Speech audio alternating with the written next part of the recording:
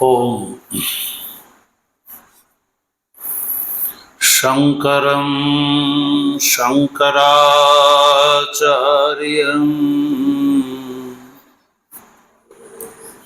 केशवं बादरायणं सूत्रभाष्य कृतौ वन्दे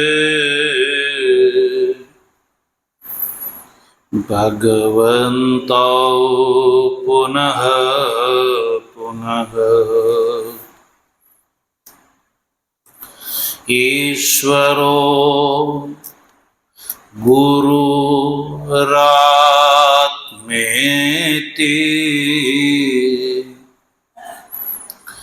मूर्तिभेद विभागिने व्योमवद् व्याप्तदेहाय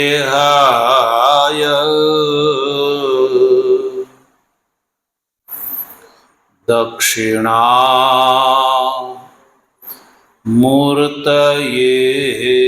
नमः।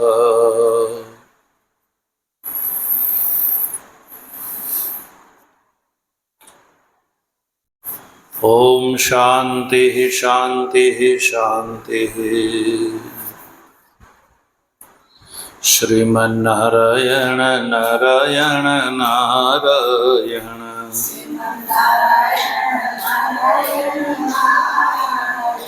श्रीमन्नारायण नारायण नारायण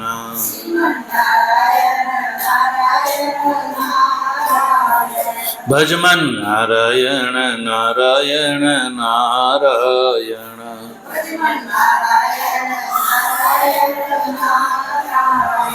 भजमन नारायण नारायण नारायण।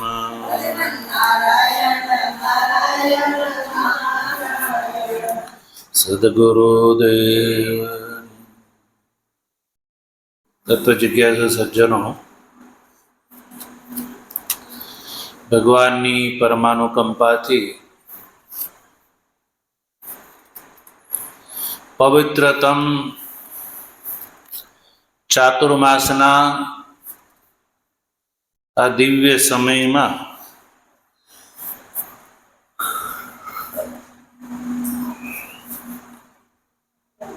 રાત્રિકાલીન સત્સંગમાં आचार्य भगवत्पाद भगवान शंकराचार्य जी द्वारा विरचित भजगोविंदम स्तोत्रનો આપણે સત્સંગ કરી રહ્યા છીએ।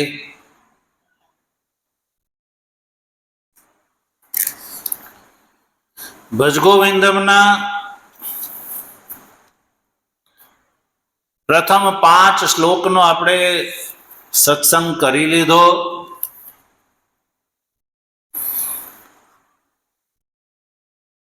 આજે આપણે 6થા શ્લોકનો વિચાર કરીશું।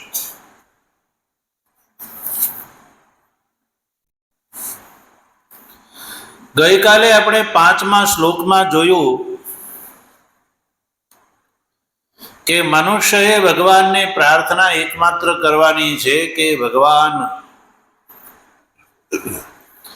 જે થકી વારંવાર જન્મ, જે થકી વારંવાર મૃત્યુ મટે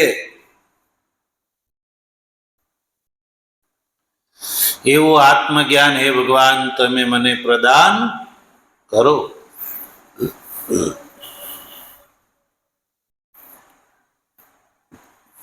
કારણ કે આત્મજ્ઞાન એ જ એકમાત્ર આ સંસારથી તરવાનો ઉપાય છે।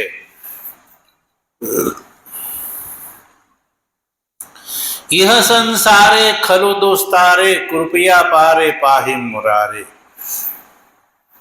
आज ये दृश्यमान संसार छे एने तरवो होय तो एक ज उपाय छे भाई,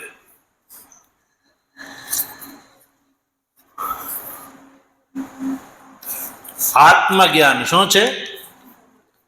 आत्मज्ञान रूपी जे नौका छे એ નૌકાનો જે આશ્રય કરી લે છે એ આ ભવસાગરથી પાર થઈ જાય છે. અપાર સંસાર સમુદ્ર મધ્યે નિમજ્જતો મે શરણમ કિમસ્તિ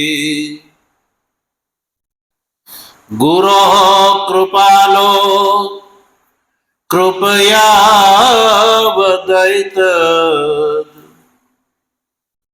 વિશ્વેશ પાદાંબુજ દીર્ઘ નૌકા. કહે છે કે આ જે સંસાર રૂપી સમુદ્ર જે છે એનો એક વિશેષણ છે અપાર. અપાર એટલે જેનો ક્યાંય પાર ન હોય. પાર એટલે કિનારો. કોઈ કહી શકશે કે આ સંસારનો પાર ક્યાં હશે? તો શિષ્ય છે ગુરુનું શરણ ગ્રહણ કરીને કહે છે કે જેનો પાર નથી એવા આ સંસાર સમુદ્રની મધ્યમાં હું ડૂબકા ખાઈ રહ્યો છું. નિમજ્જત ડૂબતા એવા મને શરણમ કિમ અસ્તિ શું શરણ છે? મારે કોનું શરણ ગ્રહણ કરવું જોઈએ?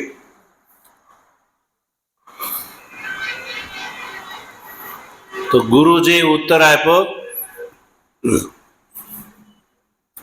વિશ્વેશ પાદાંબુજ દીર્ઘ નૌકા.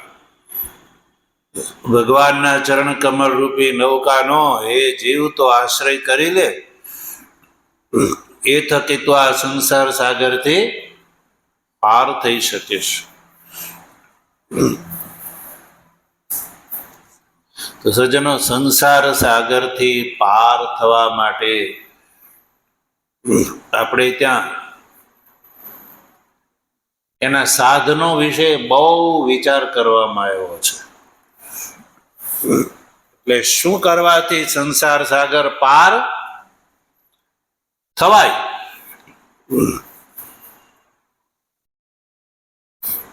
તો સાધનો વિશે બહુ વિચાર કરવામાં આવ્યો અને સાધનો વિશે વિચાર કરવા વાળા જે વિચારકો છે એ બે પ્રકારના છે. એક આસ્તિક અને એક નાસ્તિક. આ બધાએ આ સંસાર સાગરથી પાર થવા માટેના ઉપાયના વિચારો કર્યા છે. આસ્તિક વિચારધારા અને નાસ્તિક વિચારધારા. સજ્જનો, આ બે વિચારધારા છે. નાસ્તિક વિચારધારામાં જૈન, બૌદ્ધ અને ચારવાક આ ત્રણ આવે છે. યદ્યપિ બૌદ્ધના 4 મત છે: સૌત્રાંતિક, વૈભાષિક, યોગાચાર અને માધ્યમિક. આ 4 બૌદ્ધના મત અને એક જૈન અને એક ચારવાક. આ 6 છે દર્શન. એને પણ સંસાર સાગરથી પાર થવાના ઉપાયના વિચારો કર્યા, પણ એ અવૈદિક વિચાર કર્યા છે. વેદ વિરુદ્ધ વિચાર છે. કેવા છે? વેદ વિરુદ્ધ છે. એટલે વેદ વિરુદ્ધ હોવાથી સનાતન ધર્માવલંબીને માટે એ ત્યાજ્ય છે, એ સ્વીકાર કરવા યોગ્ય નથી. એ પ્રમાણે સાધન કરવાથી કોઈનું કલ્યાણ સંભવતું નથી. તો પછી આસ્તિક વિચારધારા જે છે એમાં પણ મુખ્યત્વે 6 દાર્શનિકો ગણવામાં આવે છે. ન્યાય, વૈશેષિક, સાંખ્ય, યોગ, પૂર્વ મીમાંસા અને ઉત્તર મીમાંસા. એમાં પણ આ 6 આસ્તિક દર્શનવાદી છે. તો આ બધાએ પણ વિચાર કર્યો કે આ સંસારના દુઃખોથી કેવી રીતે છૂટાય. ન્યાય અને વૈશેષિકે પણ વિચાર કર્યો.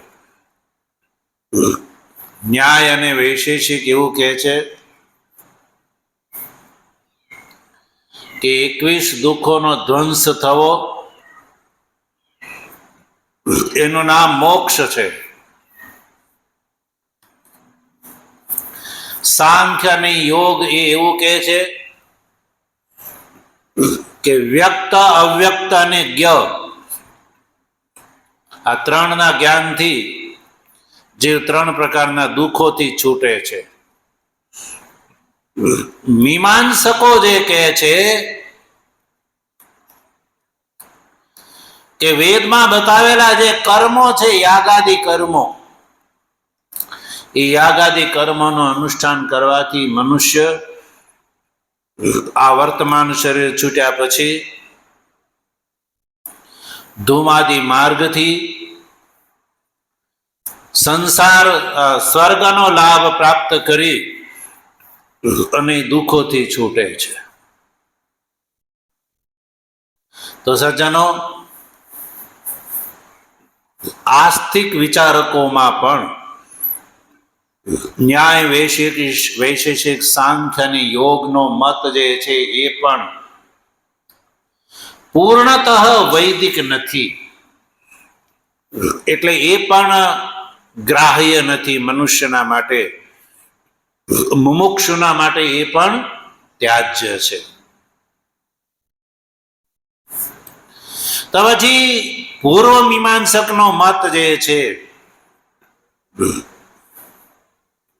કે જે કર્મ થકી મોક્ષ માને છે એ પણ વેદના તાત્પર્યથી વિરુદ્ધ છે, ઉપનિષદ સિદ્ધાંતથી વિરુદ્ધ છે. એટલે એકમાત્ર જો આત્મકલ્યાણ માટે જે વિચાર છે, મત છે, સિદ્ધાંત છે એ એક જ છે વેદાંત, જેને ઉત્તર મીમાંસા કહેવામાં આવે છે. તો વેદાંત શાસ્ત્ર જે છે પૂર્ણતઃ વૈદિક વિચાર છે. કેવો છે? વૈદિક વિચાર છે. એટલે દુઃખોથી છૂટવા માટે આપણે ત્યાં અનેકો આચાર્યોએ જે વિચાર કર્યા છે એ વિચારોમાં વેદાંત શાસ્ત્રનો જે વિચાર છે, એટલે કે આચાર્ય બાદરાયણ અને આચાર્ય ભગવાન શંકરાચાર્યજી દ્વારા જે સિદ્ધ સિદ્ધાંત છે એ જ મનુષ્યના માટે હિતકારી માનવામાં આવે છે. એટલે વેદાંતનો મત છે કે સર્વપ્રથમ મનુષ્ય બ્રહ્મચર્ય અવસ્થામાં વેદનું અધ્યયન કરે, બ્રહ્મચર્ય આશ્રમમાં વેદનું અધ્યયન કરે. ત્યારબાદ ગ્રહસ્થાશ્રમની અંદર વેદોક્ત જે કર્મ છે એનું પત્નીનું પાણી ગ્રહણ કરી અને અનુષ્ઠાન કરે નિષ્કામ ભાવથી. સકામ ભાવથી કરે તો લોકાંતર ગમન ફળ પ્રાપ્ત થાય છે, પણ એ કેવો છે? નાશવંત છે, અનિત્ય છે. એટલે નિત્ય ફળની પ્રાપ્તિ માટે સજ્જનો મનુષ્ય ગ્રહસ્થ આશ્રમની અંદર નિષ્કામ કર્મો કરવા જોઈએ અને ત્યારબાદ વાનપ્રસ્થ આશ્રમની અંદર વૈદિકી પૌરાણિકી ઉપાસના કરવી જોઈએ અને આ કર્મ, નિષ્કામ કર્મ અને નિષ્કામ ઉપાસનાના ફળ સ્વરૂપે અંતકરણ ઉપર રહેલો મળ અને વિક્ષેપ નામનો દોષ જ્યારે દૂર થાય છે, ત્યારે અધિકારી જે છે એ વિવેકનો ભાગીદાર થાય છે. વિવેક પછી વૈરાગ્ય, શમદમાદિ, ષટ સંપત્તિ અને મુમુક્ષુત્વ આ 4 સાધનથી સંપન્ન થાય છે. અને આ 4 સાધનથી સંપન્ન થયા પછી વૈદિક સંન્યાસ ગ્રહણ કરવાનો છે. કેવો? વૈદિક સંન્યાસ. જો સંન્યાસ તો અવૈદિકો પણ જે છે એ બહારથી સંન્યાસી લાગે છે, પણ એ વસ્તુ સત સંન્યાસી એ નથી. વૈદિક સંન્યાસી જે છે, જે ભગવાન ભાષ્યકાર આચાર્ય શંકર દ્વારા પ્રસ્થાપિત જે દશનામ સંન્યાસી પરંપરા છે, એ પરંપરા પ્રમાણે સજ્જનો જે સંન્યાસ ગ્રહણ કરે છે, બતાવેલા સાધન પ્રમાણે ક્રમથી સંન્યાસ ગ્રહણ કરે છે, તો એ સંન્યાસનું ફળ છે આત્મતત્વ જ્ઞાન. અને એ આત્મતત્વ જ્ઞાન દ્વારા આ જન્માદિ દુઃખોથી છૂટી અને અધિકારી નિર્વિશેષ મોક્ષનો ભાગીદાર થઈ જાય છે. એટલે પ્રત્યેક મનુષ્યને એ તરફ લઈ જવા માટે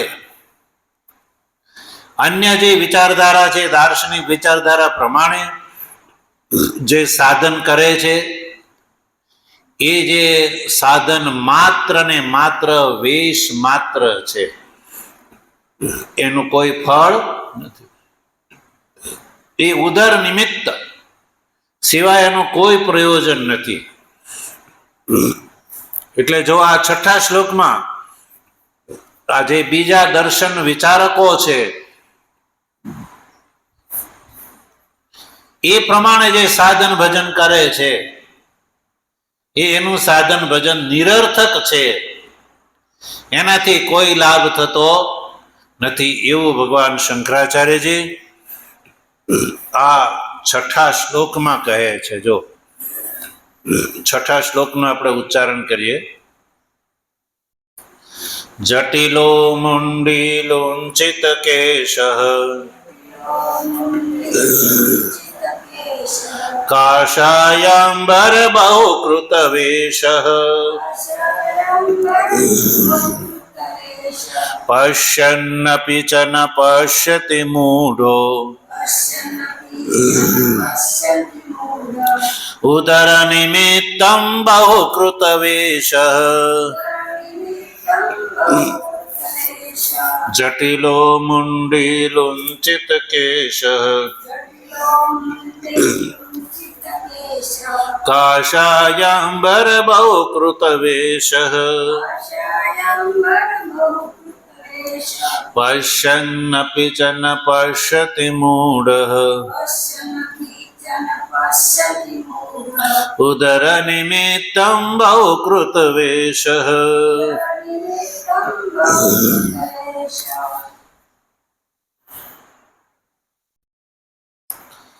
તો જો આપણે આની અન્વય ક્રમમાં ગોઠવીને બોલીએ.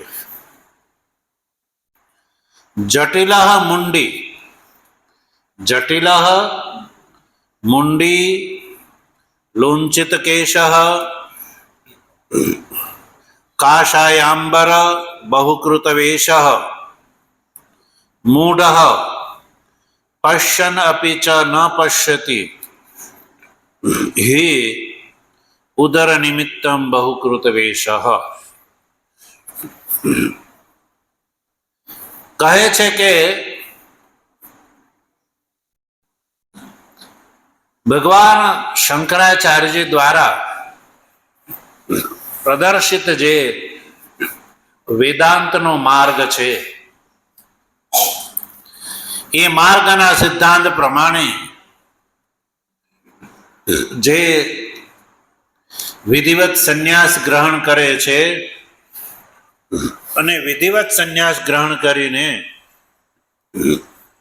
જે વેદાંતનું શ્રવણાદિ સાધન કરે છે તો એ તો નિર્વિશેષ મોક્ષનો ભાગીદાર થઈ જાય છે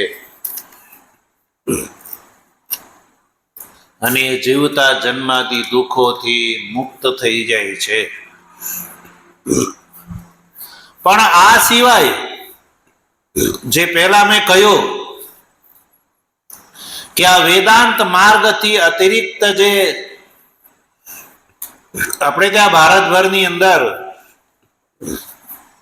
જે અન્ય વિચારધારા છે, દુઃખોથી છૂટવા માટેનો જેણે વિચાર કર્યો છે, અવૈદિક વિચાર જેણે કર્યો છે, વેદાંત શાસ્ત્ર વિરુદ્ધ જેણે વિચાર કર્યો છે અને એનો આધાર માત્ર તર્ક અને તર્ક જ છે, કોઈ શાસ્ત્ર આધાર નથી, અપૌરુષેય વાક્ય પ્રમાણ આધાર નથી, એવા વિચારકોના માર્ગ ઉપર જે ચાલવા વાળા જે અનુયાયીઓ છે એ પણ ભિન્ન ભિન્ન વેશ ધારણ કરે છે દુઃખોથી છૂટવા માટે. પણ એનો માર્ગ અવૈદિક હોવાથી એ લોકોએ ધારણ કરેલો જે વેશ છે એ કેવલ ઉદર ભરવા પૂરતો જ એ લાભકારી છે, એનાથી વધારે બીજો કોઈ લાભ એને થતો. તો એ મતોનો ઉલ્લેખ આમાં કરે છે. જો 3 મત પેલા જટિલ, મુંડી અને લુંચિત કેશ, આ 3 મતનો ઉલ્લેખ કર્યો. જટિલો એટલે જટિલ શબ્દનો અર્થ છે જટાધારી. જટિલ એટલે જટાધારી. જટા અસ્ય અસ્તિ ઇતિ જટિલ, કે જેણે જટા ધારણ કરેલી છે. અને બીજો શબ્દ છે મુંડી. મુંડી એટલે મુંડમ અસ્ય અસ્તિ ઇતિ મુંડી, મુંડન કરેલું છે. શું કરેલું છે? પછી ત્રીજો વેશ બતાવે છે લુંચિત કેશ. લુંચિત કેશ એટલે કે લુંચિત કેશ યેન સહ લુંચિત કેશ. કેશોનું એટલે કે વાળનું જેને લુંચન કરી દીધું છે એવા વેશધારીને કહેવામાં આવે છે લુંચિત કેશ. તો મુખ્યત્વે આ 3 મતનો ઉલ્લેખ ભગવાન ભાષ્યકાર કરે છે અહીંયા. તો આ ઉલ્લેખ કરીને આત્મ વસ્તુથી ઇતરવાદી જે છે મત છે એનું ખંડન કરેલું છે. હવે એમાં આપણે જોઈએ ઇતર મતમાં, વેદાંત શાસ્ત્રથી ઇતર મતમાં સૌથી પહેલા મત છે ચાર્વાક. કોણ છે? ચાર્વાક. ચાર્વાકનો મત શું છે સજ્જનો? ચાર્વાક કહે છે કે દેહના આકારમાં પરિણિત જે 4 ભૂત જે છે એ ભૂત એ જ આત્મા છે. આ શરીરથી ભિન્ન બીજો કોઈ જુદો આત્મા નથી. એ ચાર્વાકનું કહેવું છે. એટલે ચાર્વાક જે છે એ તો દેહાત્મવાદી છે. એટલે એ તો કે આ દેહ સમાપ્ત થાય એટલે જીવ સુખી થઈ જાય છે.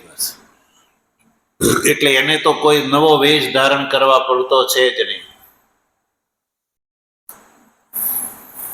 પછી એનાથી બીજા ક્રમનો મત છે બૌદ્ધનો. કોનો? બૌદ્ધનો. એ ચારવાકના મતનું ખંડન કરે છે બૌદ્ધ. ચારવાક કહે છે કે આ દેહ એ જ આત્મા નથી, દેહથી ભિન્ન ઇન્દ્રિયો આત્મા છે, મન આત્મા છે અને બુદ્ધિ આત્મા છે.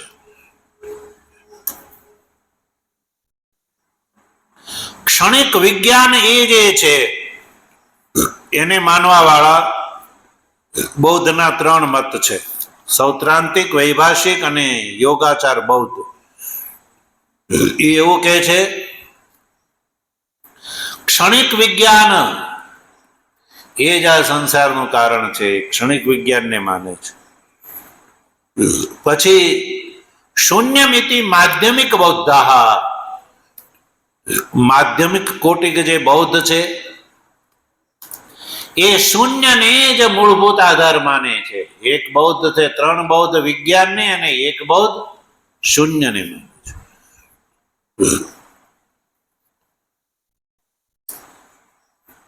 પછી દેહ ઇન્દ્રિયથી અતિરિક્ત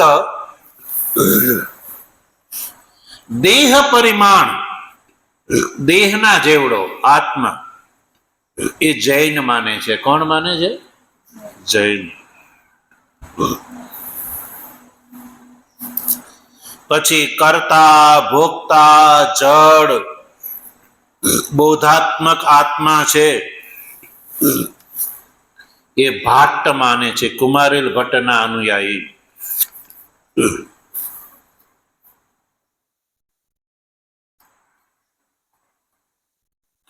અને ભોક્તા માત્ર કેવલ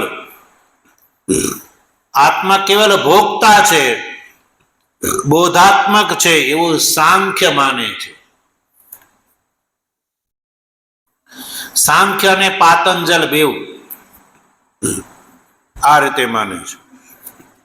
તો આ બધા મતવાદી જે છે એનો મત જે છે એ પૂર્ણ નથી. કેમ? કારણ કે વેદ વિરુદ્ધ છે. એટલે વેદ વિરુદ્ધ મત અનુસાર કોઈ આમાંના કોઈ મતનું અનુસરણ કરી અને સાધન અનુષ્ઠાન કરે તો એનો કોઈ લાભ મળવાનો, એ કેવલ વેશ ધારણ કરવાથી વધારે અતિરિક્ત નથી કઈ. એનાથી પ્રભાવિત થઈ અને એના અનુયાયી લોકો જે છે એની સેવા પૂજા વગેરે કરે છે. એટલે એનાથી એનું કેવલ આ દેહનું જ ભરણ પોષણ થાય છે. એનાથી વધારે બીજો કોઈ નિર્વિશેષ મોક્ષનો લાભ એવા જીવો ક્યારેય લઈ શકતા.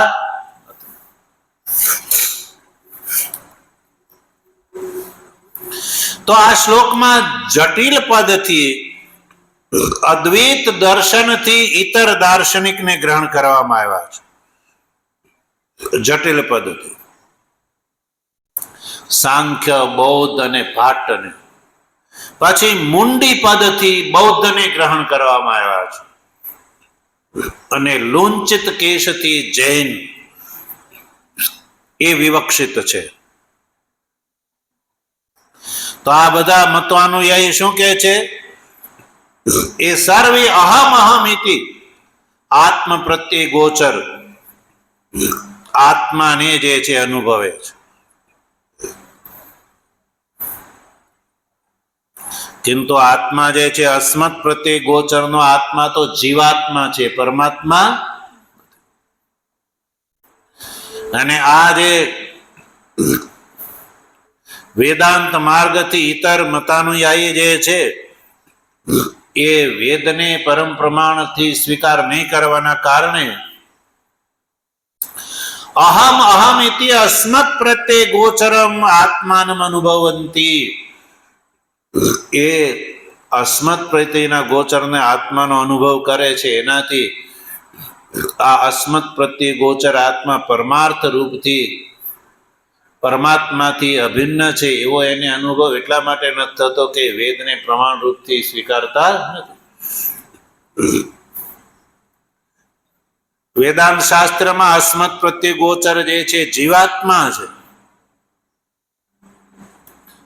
એટલે આવા જીવાત્માને પરમાત્મા રૂપથી એ લોકો જાણી શકતા નથી.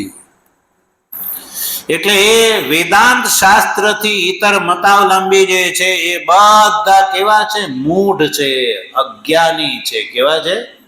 અજ્ઞાની છે. જૈન છે, બૌદ્ધ છે, ચાર્વાક છે, એ સિવાય સાંખ્ય છે, પાતંજલ છે, ન્યાય, વૈશેષિક અને ભાટ, આ બધા ઔપનિષદ સિદ્ધાંતથી વિરુદ્ધ છે. એટલે મૂળ છે, અજ્ઞાની કહેવામાં આવે છે. કારણ કે જે એ યથાભૂત વસ્તુનો અનુભવ કરી શકતા.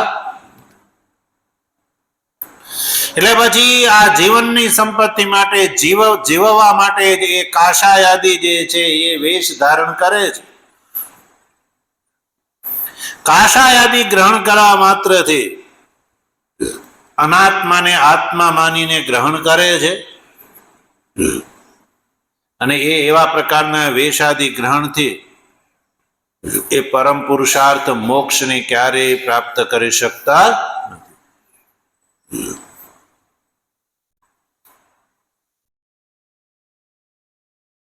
કારણ કે મોક્ષ જે છે જ્યાં સુધી અજ્ઞાન દૂર ન થાય ત્યાં સુધી સંભવતો, અને અજ્ઞાન છે એ વેદાંત શાસ્ત્રના વિચારથી સંભવે છે.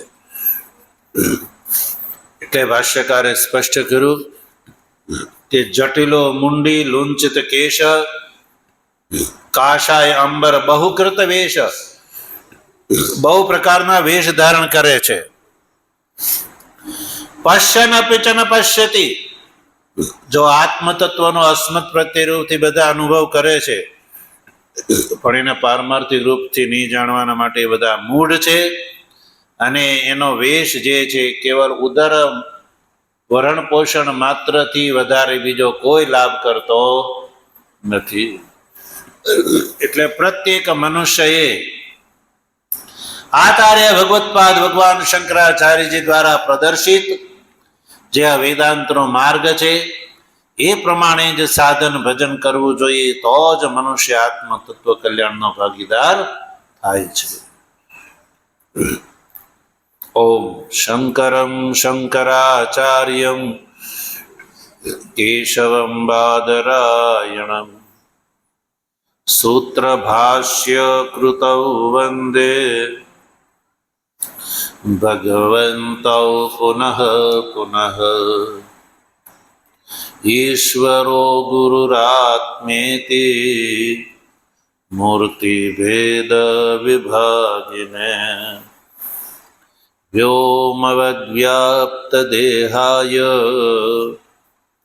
દક્ષિણામૂર્તયે નમઃ. ઓમ શાંતિ શાંતિ શાંતિ. સદગુરુદેવ